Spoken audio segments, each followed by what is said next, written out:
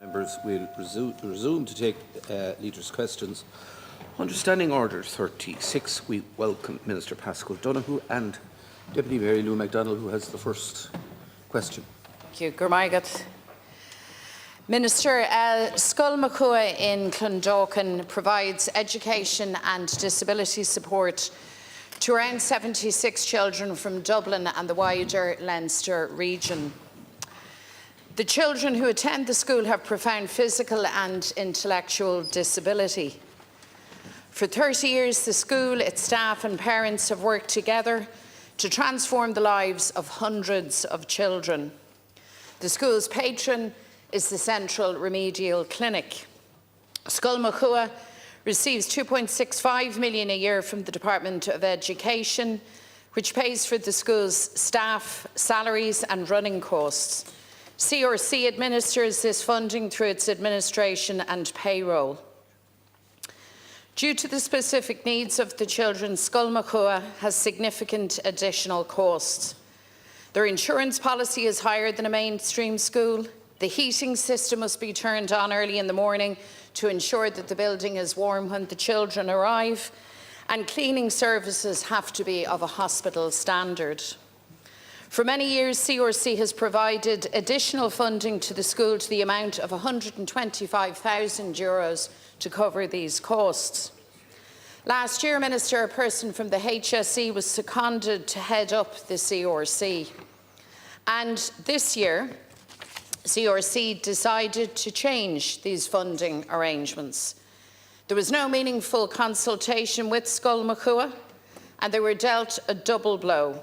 They were told that they will now have to manage their own payroll and expenditure from September, and they were also told that CRC were withdrawing the additional funding of €125,000, and this will have a devastating impact on the school and, most importantly, on the children.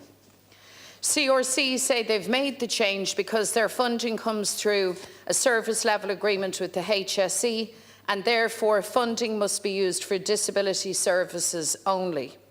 But this service level agreement up until 2023 explicitly mentions Skull Makua and the provision of educational services. Last night on prime time, the school's principal Sophia Casey and the chair of the Board of Management Matt Swain outlined the impact of these changes, and the school faces now a real funding crisis. The funding is being withdrawn with no plan or no pathway to plug the gap. The rug has literally been pulled from under the feet of those who work non-stop to keep the school going. Parents Avril McStravick and Colin Bell also spoke on the primetime show, and the worry and pressure that they're under was written all over their faces. They say they're exhausted, worn out. All of their time goes into looking after their children, and it's simply not fair to ask parents to fundraise to make up a shortfall of €125,000. So Cahi an Rialtas, Darvu Delani agus na Tishmori Skull Makua go raibh chófar an Gaircéim Muinu seo. These parents are angry. The staff and board are alarmed for the future of the school and children, and they need a solution, they need a plan, they need their minds put to rest by government and an assurance of this funding. Can you and will you give them that assurance today, Minister? And given the seriousness of the situation, will the Ministers for Education and Health urgently meet with Skull Makua and indeed the CEO of the Central Remedial Clinic to work out speedily a resolution to this matter? Many thanks, Deputy MacDonald. Minister, please. Well, look, thank you very much, Deputy MacDonald, for raising what I know is a very important issue for that school, but of course for education policy in general. As I know you do too, all the girls and boys who go to that school and their teachers deserve support, they deserve recognition in the learning they receive and in the teaching that is provided to them. And it's therefore very important that this issue be raised here today. In relation to the general support that is available to our schools who are looking after young girls and boys who have additional and further needs, let me comment on that generally, and then let me deal with the very specific issue that you've raised in relation to the Skull Makua and schools like it. Firstly, in relation to the efforts of the government and our country to respond back to the additional needs of young pupils within our schools. It is the reason why now there is €2.9 billion that has been allocated in the budget of the Department of Education to support those schools and special schools who are involved in meeting additional educational needs for young children and teenagers who need that additional support. I'm very conscious when you stand here in front of the Dáil and use figures like hundreds of millions and billions, you can't lose sight of the plight of that young student in the classroom, that young pupil. You also, as Deputy McDonald has recognised, can't lose sight of the pressure that the teacher, the school principal, those who are involved in running the school face. Figures like that appear very big and at times distant from that daily reality. But I still have to make the point to emphasise the support that is available. And it's the reason why now we have so many special needs education staff within our country.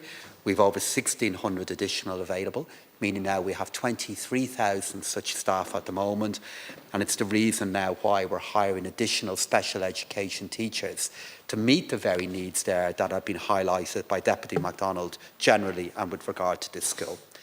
So with regard to the school itself and the issues that have been raised there, firstly, what is happening at the moment is enhanced capitation rates are available to schools that provide special services, special educational support and special classes. This is designed to recognise the reality that has been indicated here today of the additional funding needs and additional pressures that schools like this faced. In addition to a measure like that being in place, in this year's budget, an additional €45 million in cost of living supports will issue to schools to help with the issues that we know schools are facing as the cost of running a school goes up due to changes that are happening in access to goods, supports, and of course electricity and energy. So all of that is in place because we need to, of course, ensure that our schools are warm, that they're well supported, and of course that the teachers and the pupils need the support that we want them to have. In relation to the school itself and the specific issue that has been raised there regarding the need for engagement, I understand that engagement is now underway between the school and the Department of Education, with an aim to trying to find an outcome to deal with the very issues that were highlighted in prime time last night and this afternoon here in the Dáil by Deputy McDonald. I know and expect meetings will happen with regard to this because please be assured, Count Corla, this government, with the funding that is available to us, wants to ensure that these pupils get the support and care and support they need and deserve, and the teachers get the support they need to, given the nature of the work they do and the value I think we all place on those efforts. Mr. Deputy McDonald. Thank you. And for all that, Minister, schools generally are underfunded, and this school specifically to the tune of €125,000 for heating, cleaning and insurance costs. You see, the CRC has backstopped a shortfall in the money that's coming from the Department of Education. And my information, and you can tell the House if this has changed, Minister, is that the Department of Education are flatly refusing to make up this shortfall or to allocate any additional money. So if there is now an engagement with the department and the school, that is very welcome news, but you might clarify for us when that happened. The Central Remedial Clinic is in receipt of €24 million of public money, and rightly so. And to me, it is astonishing that they would make a decision unilaterally to take €125,000, which in the bigger scheme of things is not an enormous sum of money, but it's a fortune to this school. And in the absence of it, the school faces real difficulty and, if let go, the possibility that the school may not be able to function. It's as real as that. The pressure point comes within the first quarter of next year, Minister, so there needs to be immediate action, and this money, €125,000, needs to be found. Thank you. Thanks very much, Deputy. Well, I can absolutely assure you of our desire and I'm sure the desire of everyone here in this House to continue that school, to continue to support the school beyond Q1, well into what I'm sure will be an important future for them in meeting the needs and the educational needs of the pupils that they are looking after. And just to emphasise what I said a moment ago, we recognise in general the demands that schools are facing, and then the demands that this school in particular is facing due to the work that they are doing. In relation to specific questions that Deputy McDonald put to me, firstly in relation to the CRC, you're right, they are in receipt of state funding, as you said, for important work that they do. I'll have to find out, and I'm sure I will be able to do so, why they made the decision that they did. But secondly, just want to again offer an assurance that that engagement is ongoing. I'm sure that engagement was happening before prime time, before this question here in Dáil, but I know it will only be heightened by the exchange that we're having here today, and given the funding that we are making available for special education, for these schools in particular, to meet the needs of their pupils and to support the teachers, I hope this can be brought to a place that the school can get the support that it needs so their very valuable work can continue in the future. Thank you very much, Minister. We move to Deputy Holly Cairns, Leader of the Social Democrats, please. Minister, services for disabled people are or non-existent. These are services in areas like education, healthcare, social care and transport that are not optional extras. They're services that disabled people are entitled to as a right. Services that, if eventually are provided, are only ever after a fight. Funding shortfalls, staffing shortfalls and lack of resources are the only guarantees. As highlighted last night, prime time covered a crisis in special school in Clondalkin, Skull Makua. Its patron, the Central Remedial Centre, had been making up a funding shortfall between what the school actually costs to run and what the school receives from the Department of Education. That gap is an enormous 120,000. Parents in the school are now being told they need to fundraise and raise 120,000 every single year. These are parents who are caring for children who have complex needs. They are exhausted and now they're expected to become full-time fundraisers. Asking parents to bail out a state that's awash with cash because it won't properly fund schools. It's welcome that there's going to apparently be engagement with Skull Makua now, but Minister, Skull Makua isn't the only special school in difficulty, and it shouldn't take a primetime programme for an engagement to begin with these schools. Many schools, many constituencies don't even have a special school, including my own constituency in Cork South West. The Special Schools Alliance will actually be giving a presentation in the Oireachtas later today outlining the major issues with access to therapists in special schools, and I hope that there'll be lots of government representatives there. Minister, we all know that this government is in its final days. In the election campaign, the coalition partners will have to defend their record on disability. And given the way in which disabled people of all ages have been systematically failed, I really don't know how you'll do that. According to the SRI, your budget will push more disabled people into poverty. Nearly 13,500 children are now waiting for appointments with Children's Disability Network teams, and personal transport grants that Fine Gael and Labour axed over a decade ago have still yet to be replaced. I could go on. Government have wasted opportunity after opportunity to improve the lives of disabled people. The litany of failure is shameful.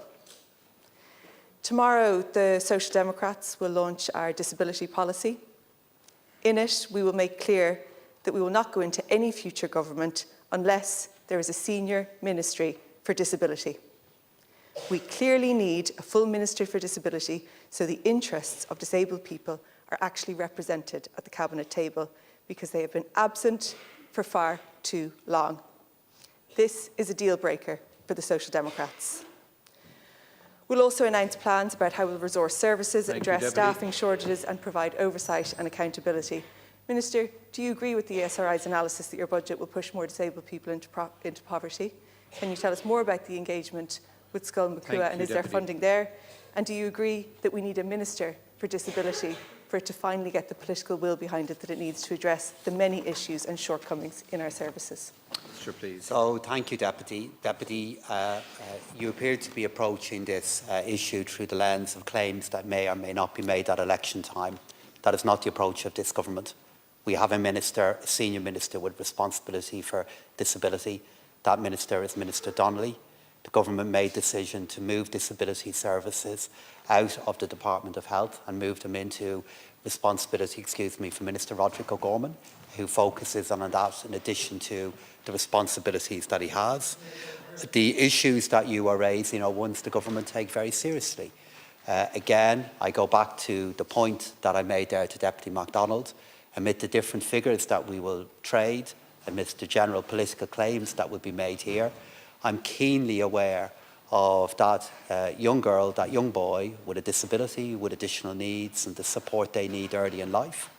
And I'm keenly aware of the value of their teacher, their healthcare professional, the work a school does and the need to support them. But the point I would respectfully make to you, Deputy Cairns, is if you look at what we have as a government aimed to do in recent years, we believe and can demonstrate that the efforts have been providing additional supports. If you look at it from a special school point of view, the really important issue that you raised at the start of your question to me there, since 2020, over 11 special schools have now been established, and we've had 1,300 new special classes being provided across our country. And for this school year alone, over 400 new special classes have been sanctioned, with classes now provided in every county and 4 new special schools due to open shortly. So they're not making reference to amounts of money, which I'll come on to in a moment. That's the tangible reality of spaces being made available in schools, new schools being opened, and new classes being opened in schools. Because I, like you, am so aware of the challenge that those young pupils with disabilities, with additional needs face within their lives, and the commitment that this government has, and I think we all have, to give them the support they need in life and the support they need at the start of their journey in life. You made the point then, and went on to make the point there in relation to disability services and the support that's made available there. Again, in no small part due to the leadership of Minister Roderick O'Gorman and the work that he has done, and I've seen him do this work over many years now. We now have seen in this government an increase of €1.2 billion being made available to disability services within Ireland, which is an increase of 58% over 5 years. And that increase is happening in recognition of the needs, of the issues that you and other deputies raise. And to bring that to life, to what that means to young lives and the support that they need, it's the reason now, for example, why we have 46,000 children within our country receiving additional support through the spending of the money that I've referred to. So I agree with you that we, of course, have to work harder to meet those needs, but I'd respectfully make the case here this morning of progress with regard to schools, special classrooms and the support of our disability services, while always acknowledging, Count Corda, the further work that we have to remain committed to do. Thank you very much. Deputy Cairns. So you say that you're keenly aware of that boy and that girl, and I have to say, when you look at the budget figures, it doesn't feel like it, and you don't have to take my word for it or my opinion for it. You know, the ESRI have said that they think your budget will push more disabled people into poverty. So instead, the government decided to try and splash the cash around indiscriminately in a brazen attempt to try and buy votes rather than invest in these critical services like disability services. That was a political choice that was made. And on budget day, we saw what we've seen in every other budget from this government, which is, we're told this huge big figure of what's been invested into disability services. This year, you said 336 million. But then, like every other year, we put in the questions to the department. You've conflated 2 different figures. So the existing level of service, I think we can all agree, not enough. Like I said, no motorised transport grants, how many children waiting for Children's Disability Network teams, not one fully staffed team, not enough. So the additional funding, it turns out, was 42 million. That is 22 million less than last year. Do you accept that that is a decrease on the additional funding from last year at a time when we know the existing level of service is threadbare. So you referred to the government splashing the cash. I assume you're referring to the cost of living measures. So what cost of living measure are you against? Are you against the energy credit? Are you against the change in the domiciliary care allowance? Are you against the changes that we made to support those in receipt of the disability allowance, the invalidity pension, the blind pension? Are you against the payments for those who are in receipt of the fuel allowance or those who are in receipt of the living allowance? You made the claim about splashing the cash. I'm asking you to tell me what measure you're against. And during our exchange this morning, you might perhaps do that. In relation to the question that they've raised there, Deputy Cairns has raised, again, a really important issue regarding how we support our disability services. You made reference to the existing level of service, but of course the existing level of service, any change there can still lead to further spaces and further supports being made available to more people who need them.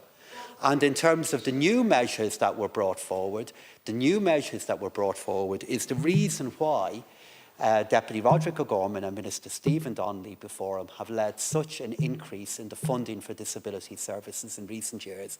And Count Corla, in conclusion, let me continue to acknowledge the need that we have to do more to support those with additional needs, with disabilities, and those who provide supports to them. But I'd make the case to the Dáil for the funding that is there and the difference that it genuinely does make. Thank you very much. On behalf of the regional group now, Deputy Noel Grealish, please. Minister, under the Constitution, the total number of members of this House, Dáil has to be at least one member per 30,000 of population. The Economic and Social Research Institute, the ERSI, are forecasting that by the year 2040, Ireland's population will have grown by more than 900,000 people on the current numbers. The CSO predict a highest growth scenario over the next 30+ years of double that number, which would put Ireland's population at more than 7 million in the year 2057. Minister, that would mean that the number of TDs in this House would also have to increase from its current total of 160 to almost 240 members. If you look at the chamber here, we wouldn't be able to accommodate that number of Dáil deputies. We would have to build a new chamber to cater for the increased number of TDs and additional offices, as well as funding for all the associated parliamentary staff and support staff for each elected member. The cost of that would be in the hundreds of millions of euro. Minister, recently the keynote speaker at the Clifton Arts Festival was the former Attorney General, Minister for Justice, Taoiseach Michael McDowell. He made a very interesting point, that if the United Kingdom used the same criteria to determine the number of MPs in their parliament, which would be one MP to every 30,000 people, instead of having 650 members of parliament, which they currently have, the House of Commons would have 2,400 members. The current figure of 650 members of the UK Parliament has remained constant for almost half a century, with little increase in the past 10 years. Spain, Germany, France and the Netherlands have an even lower proportion of MPs to population than the UK. So too has Italy, which held a constitutional referendum in 2020 that resulted in the reduction in the number of members of both of their houses. This was passed with a 70% majority of vote of the people, something I could easily see being repeated here in Ireland if it went to a referendum to vote to change our constitution. Minister, I'm not going to suggest here today what the number of TDs should be limited to. I think this question should be handed over to the Electoral Commission to examine, and I will be asking all members of the House to support this.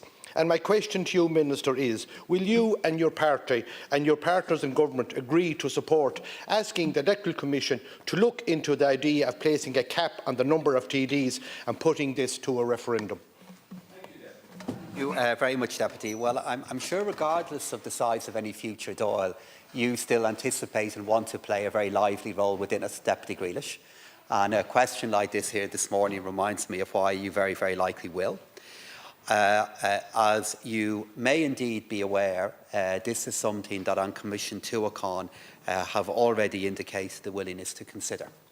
What they have done in a recent report that was published in August of 2023 is they've outlined that in advance of the next Commission, they want to commence what they have described as a national conversation.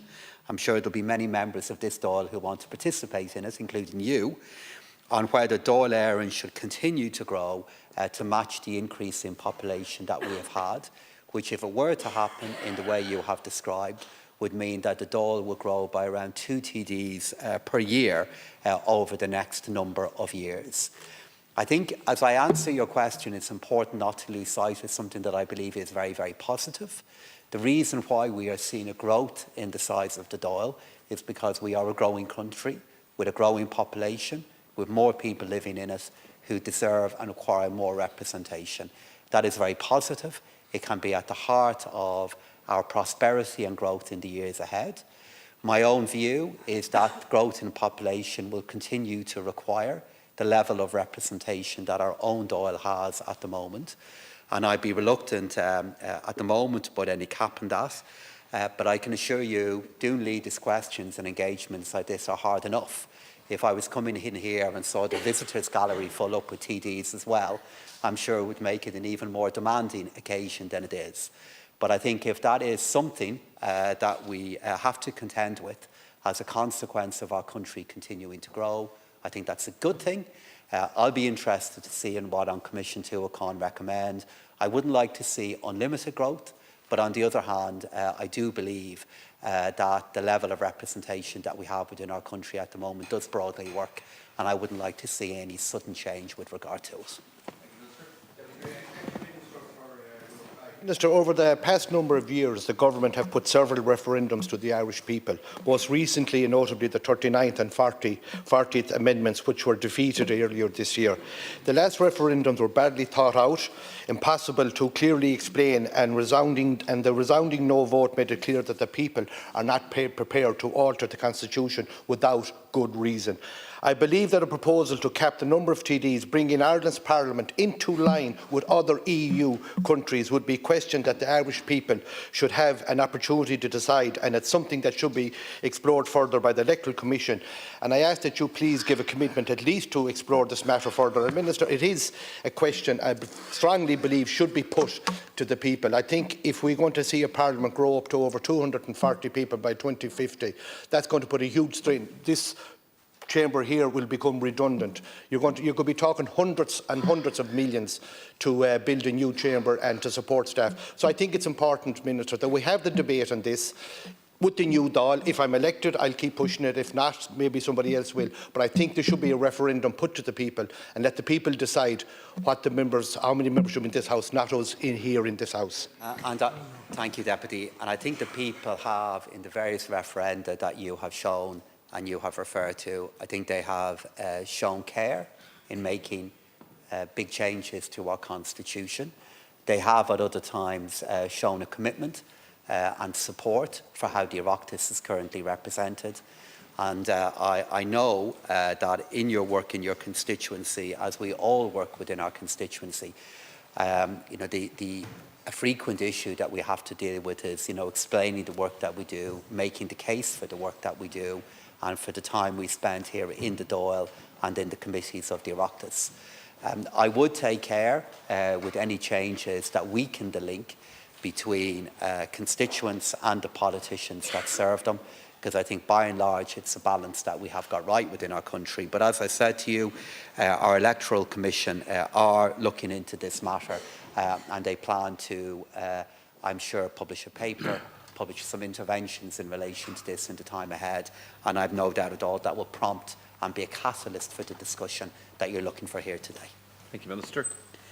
Finally, we go to the Rural Independent Group and Deputy Michael Collins, please. Thank you, Minister. In many parts of our country, infrastructure is greatly lacking, leaving so many towns and villages dying a death, and nowhere more than West Cork is this evident. It is a case of a complete lack of investment by successive governments have left 2 bypasses promised to the people abandoned unfinished, 1 bypass in Shannon unfinished, or not even started, and a promised bypass in Bantry not even started, and not 1 passing bay built in decades, crippling car motors to tractor and lorry pace through all main roads in West Cork. We see our great town of Bantry in West West Cork flooded once again 2 weeks ago, as a promised flood relief scheme for up to 30 years remains undone. But today I want to concentrate on the lack of investment in wastewater treatment plants by Uisce. Minister Shannon Vale in Clonakilty has raw sewage bursting out of an outdated wastewater treatment system onto what is supposed to be a children's play park, which is now blocked off. The stinking substance leaches into the Argadine River, close to the intake pipe for Clonakilty drinking water. This is going on for 27 years. Head west to Rosscarbery, Minister, and the hugely famous Warren Beach, which was closed off to the public this year because a bacteria was found in the bathing water, where people could clearly see suspended solids in the water, all due to the wastewater treatment tank in need of upgrading. We can travel down the road to Dunmanway, its outdated wastewater treatment plant, which had a continuous discharge of sewage into the Bandon River during the summer. This outdated treatment plant is at capacity, thus preventing a thriving town to grow, and all development has been stopped in the town. For how many years ahead, we do not know. Head west to Balladahab, where an overloaded, outdated wastewater treatment tank pours raw sewage directly into the estuary. This tank has failed the test for several emission level values every year since 2015, and nothing's done. Head west further to Goleen, Goleen's outdated wastewater treatment plant, which was shown to the council, who were then in charge in 1999, to have raw sewage entering the local waters from the tank, and at that time needed to be addressed, and nothing has happened since. I have attended numerous public meetings, Minister, during the summer in these towns, and there is huge anger. We have met with Uisce, and each time we are told it may or may not be in their plans for 25 to 29, while all these plants keep pouring raw sewage into the sea, and all this time the EPA are not to be found anywhere. I recently called on the EPA to furnish me with the reports from Shannon Vale for 27 years to be given a report going back a few months, leading me to ask the question, what are they hiding? Minister, what do we tell these communities when we canvass them in the general election? Rosscarbery waiting 10 years, Dunmanway 15 years, Balladahab 20 years, Goleen 25 years, and Shannon Vale 27 years waiting for proper wastewater treatment plants. Can we tell them? You, Minister, will personally intervene with Uisce. They can't be left hide behind this nonsense. I hear scientific evidence is needed.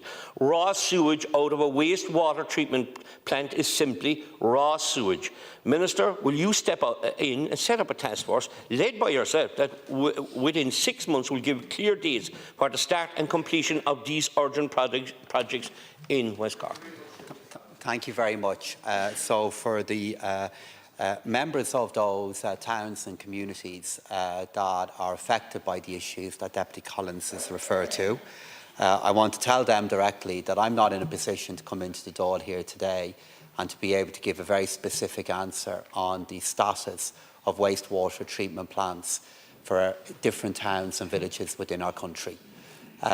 If you had given me an indication that you were going to raise these specific towns beforehand, I could have done that. But you know that it's very difficult for anybody to come in here today and be able to directly answer questions regarding specific projects for very specific towns that are valued both by you and by all who represent that constituency. So what I can say generally in relation to the issue that you've raised is that in Budget 2025, when Minister Chambers and I were making decisions regarding the allocation of a further €3 billion that has been generated by the sale of shares in banks that our country has owned for some time, we have highlighted that further funding being made available to Irish Water is a top priority for that money. And the reason why we are doing that is our recognition that of the need for further investment in our water and further investment in the wastewater treatment plants that can make a difference to the quality of life of those who you represent and who you are raising here today, and also with regard to the provision of homes in those areas, because we accept that more needs to be done in that area, while also saying that Irish Water are making important and valuable changes in the quality of wastewater treatment plants within our country. So I can give the commitment here today, Count Corla, as has been outlined in the budget, that further funding will be made available for that area. And then in foot of the issue that's been raised here by Deputy Collins, of course, I'll certainly pass on to Minister O'Brien the issue that has been raised there and how we can respond back to those lovely and those important parts of your community getting the investment that they need. Thank you very much, Minister. What is wrong, I'd like to ask you with Ishkearn, because you are saying you're pouring money into Ishkearn. But it's, if they were moving at snail's pace, some of these towns would have their wastewater treatment plants built, but they are not even moving at that pace. It can't be money, as we have offered in some of those towns that I mentioned, co-funding to speed up the process to get the plants built, but it makes no difference. Minister, the finger of blame has far too long been pointed at farmers by this government being the culprits for contamination of our waters, and every power that be have been watching every move they have made, when we now know who is the main culprit for contaminating our clean waters. And that is the state, and Ishkearn, aided and abetted by the EPA. I again ask you on behalf of the people of West Cork, and you said I didn't furnish you with the information. I respect that I didn't. But I will ask you, maybe you will personally intervene. You did say you'll speak to Minister O'Brien. I appreciate that, because anything at all that will help to bring this up along the line. But I think that we need to set up a task force, Minister. 6 months, not one of these ones where you kick the can down the road and there's no answer. I can't have parents telling me their children have drank raw sewage from these tanks when they swam to be seriously. We need action in West Cork now, not kick the can down the road, Minister. So we do need action, but I think we also deserve some honesty in relation to the work of Ishkearn. I think you suggested in your second question to me that they were in some way the culprit in relation to this. Sure, Ishkearn are the organisation that offer the best hope that we have of resolving to this issue. And it's a great dishonesty to, on one hand, say we want progress to be made in the area, and then the men and women who work in the organisation that are capable of making the difference, that's the same organisation that you condemn. That isn't a recipe for progress. It's not a recipe for a solution. And I want to offer my full support to the work that Ishkearn do, to say that while we will all remember the difficulty involved in setting up that organisation, it's only through a unitary water authority like that body that we will be able to put in place the investment in scale that is needed to ensure that Ireland has safe water in the scale and quantity that we will need in the years ahead. And I reiterate what I said a moment ago, I think you do the issue a great disservice, that for the organisation who's best placed to provide the solution that you look for, you refer to them as in some way being the culprit. Thank you, Minister. That concludes Leaders' questions. We move now to questions on policy or legislation. Please, just 1 minute maximum for question, and less, if possible, for an answer.